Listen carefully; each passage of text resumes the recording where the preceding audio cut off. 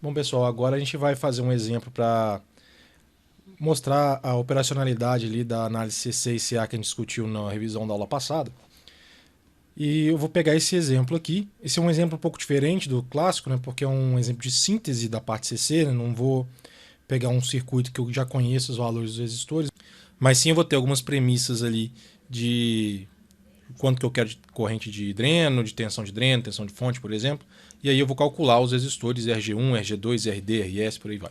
Né? Então, no primeiro momento a gente vai fazer a análise C para fazer esse projeto, e no segundo momento nós vamos calcular qual que vai ser quais são as características do amplificador que vai ser gerado a partir desse circuito. Beleza?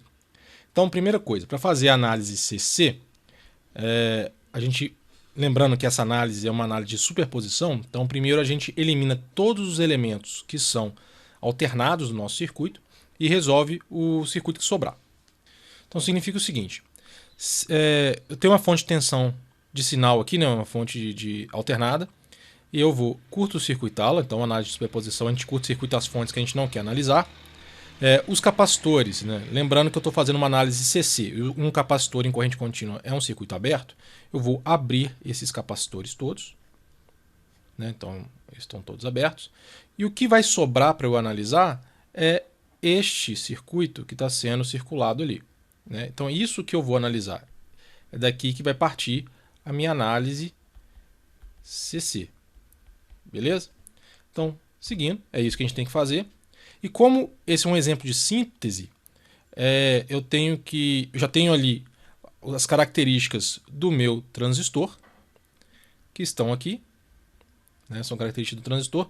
Só vou chamar a atenção que esse Kn, na verdade, em relação à aula anterior, é o Kn' W sobre L. Já está tudo embutido nessa expressão, né, nesse ganho. Beleza? E eu tenho aqui algumas grandezas que são desejáveis para o meu circuito. Então eu sei que a minha corrente de dreno tem que ser de 0,5 mA, a tensão de dreno 6 volts, a tensão de fonte 3,5 volts, a corrente que circula no ramo de gate, né, no resistor RG1 e RG2 é de 2 microamperes, e o resto é informação de sinal e carga, que não importa agora. Então, a partir disso eu posso fazer algumas equações. Por exemplo, eu sei que eu quero uma tensão de dreno de 6 volts, logo, a resistência de dreno tem que ser 15, que é a tensão de alimentação, menos 6, dividido pela corrente de dreno. Isso vai me dar 18 kΩ. Da mesma forma, eu sei que eu quero uma tensão de fonte de 3,5 volts, então, se eu dividir 3,5 dividido pela corrente de dreno que eu desejo, eu vou encontrar um resistor de fonte de 7 kΩ. Né? E, uma vez feito isso, eu posso agora começar a calcular o circuito de gate. Lembrando que eu posso expressar a corrente de dreno como sendo meio de Kn VGS menos VTN ao quadrado. Né? Eu posso manipular essa expressão e encontrar um valor para VGS, que é essa aqui. Né? Então VGS para mim é 1,5 volt. Como eu já sei que a tensão de fonte é de 3,5, isso significa que minha tensão de gate vai ser de 5 volts. Bom, agora, eu também sei que a corrente que vai circular nos resistores RG1 e RG2 é de 2 microamperes. Lembrando que eu posso fazer essa consideração porque a corrente de gate é zero, ou seja, não tem desvio de corrente ali no meio do divisor de tensão. Então eu consigo calcular a soma desses dois resistores, ou a série deles, como 15 dividido pela corrente que passa naquele ramo, vai dar uma soma de 7,5 mega-ohms. Né? E como eu sei que a tensão de gate tem que ser 5 volts, isso é a saída de um divisor de tensão, eu posso calcular também, a partir dessa expressão, qual que é a relação desejada entre RG1 e RG2. Aqui a gente vê que RG1 tem que ser igual a 2RG2, né? E agora, usando isso na expressão que eu acabei de definir, da soma das resistências, eu encontro que RG1 tem que ser igual a 5 mega e RG2 igual a 2,5 mega. Então, com isso, eu consegui projetar o meu circuito interno, né? Que essa polarização por divisor de tensão, para atender às premissas iniciais do meu circuito, né? Para dar a corrente de dreno de 0,5 mA e as tensões de dreno e fonte que eu tinha desejado. Beleza? Agora, uma vez que feito a análise CC, seja por síntese, seja por análise, né, ou o que seria o contrário, você ter os valores e você calcular as correntes, eu vou passar para análise CA. Na análise CA agora, o que eu vou fazer? Eu vou assumir que eu já sei os valores das variáveis CC e vou fazer uma análise de superposição, vou tirar todas as tensões CCs e vou trabalhar só com circuitos alternados. Então significa o quê? Significa que eu vou curto-circuitar as fontes CC, significando que a minha alimentação aqui vai para zero. Eu vou assumir que minhas capacitâncias aqui de bloqueio, elas são capacitâncias que, na verdade, eu assumo que essas capacitâncias elas não influenciam o funcionamento do meu amplificador, ou seja, para a frequência na qual eu vou trabalhar o meu sinal, essas capacitâncias são significativamente grandes, elas podem ser tratadas como curto-circuito, né? A gente vai tratar esses conceitos melhor mais para frente. Então é como se eu tivesse um curto aqui. E uma vez feito essa simplificação, eu vou redesenhar esse circuito para poder visualizar isso melhor. Então tá aqui. Eu já substituí o MOSFET pelo seu modelo Pi, né, com a resistência de Early embutida, né? E é isso. Então, nosso circuito de pequenos sinais, o nosso circuito alternado, é esse circuito agora. Então, a primeira coisa é calcular os parâmetros desse modelo, né? Então, GM, a gente já definiu lá na aula anterior, né? Kn vezes a tensão de overdrive, vai dar ali 2 mA por volt, né? O ganho de transcondutância. O RO é definido como a tensão de Early dividido pela corrente de dreno de polarização. Então, no caso, ali vai dar 200 kΩ, né? E os outros parâmetros a gente já tem. Então a primeira coisa que a gente vai fazer é calcular a resistência de entrada, né? Para quem não está enxergando. Ela é definida aqui, ó, né? Então eu quero ver qual que é a resistência que esse amplificador apresenta para a fonte de sinal, né? Neste caso fica bem óbvio, né? A resistência de entrada é o paralelo das resistências RG1 e RG2, né? Que a gente já calculou quanto que vale, dá 1,67 megaohms, né? O outro ponto é calcular a resistência de saída, também definida aqui, ó.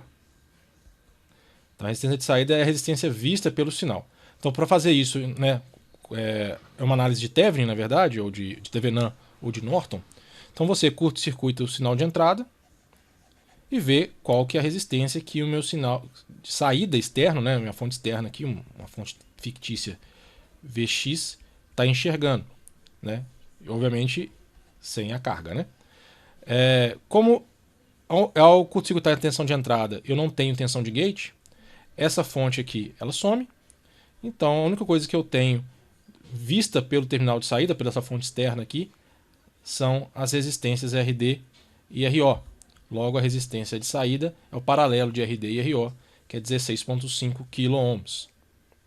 E por fim o ganho. Para calcular o ganho agora eu volto à configuração normal. Eu posso calcular o ganho, tanto o ganho do amplificador como o ganho global, e o ganho global significa incorporar a fonte e a carga. Para calcular o ganho do amplificador, o que eu faço? Eu assumo que eu apliquei uma tensão VI aqui, né, diretamente na entrada do amplificador, então imagino que a minha fonte é ideal. Eu não vou considerar a carga, né, então eu quero ver só o amplificador, e vou calcular a tensão VO aqui. O que eu tenho? Eu tenho que VGS é igual a VI, e significa que a minha tensão de saída, VO, vai ser igual a menos, porque a corrente circula nesse sentido, né? Menos GM VI, que multiplica RD em paralelo com RO, e a gente já viu que isso aqui é a resistência de saída do meu amplificador.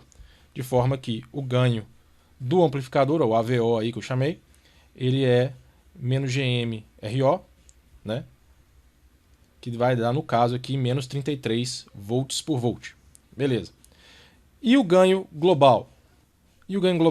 Bem, no ganho global eu já vou incorporar a fonte de sinal e a carga, né, que agora é específico para esse circuito, e vou calcular de novo qual que é a tensão VI e qual que é a tensão VO, né? No caso, a tensão VI aqui, ela vai ter um divisor de tensão formado pelo paralelo RG1 RG2 com a resistência Rsig, né?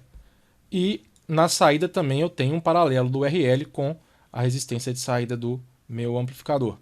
Com isso, né, o meu G, meu ganho global, que é VO sobre Vsig, vai incorporar isso aí. Como vocês podem ver, Aqui está o divisor de tensão de entrada, né? O Rin, que é o paralelo de RG1 com RG2, faz um divisor com Rsig. E eu tenho um paralelo da resistência de saída do meu amplificador com a carga aqui, né? E basicamente isso aqui é a resolução do circuito que vocês estão vendo. E eu vou encontrar um ganho global que é igual a menos 11,75 volts por volt. Como vocês podem ver, esse ganho é menor do que o ganho intrínseco do meu amplificador, por causa dos efeitos de carga que aparecem. Beleza? Então o processo é esse de análise CC e CA, gente. Primeiro você faz uma análise CC para levantar os parâmetros de polarização e a partir desses parâmetros você calcula os modelos dos transistores de pequenos sinais, elimina todos os elementos CC, trata os capacitores de acoplamento e bypass que existem no nosso circuito e analisa o circuito elétrico que sobrar. Beleza? Obviamente não é tão simples assim, existem particularidades desse tipo de análise, mas isso ao longo da nossa disciplina a gente vai tratar. Beleza? Se vocês tiverem alguma dúvida, deixem os comentários aqui nesse vídeo e os alunos do UFMG podem interagir comigo nos fóruns do Moodle e da plataforma que a gente estiver utilizando. Ok? Então um abraço, até a próxima.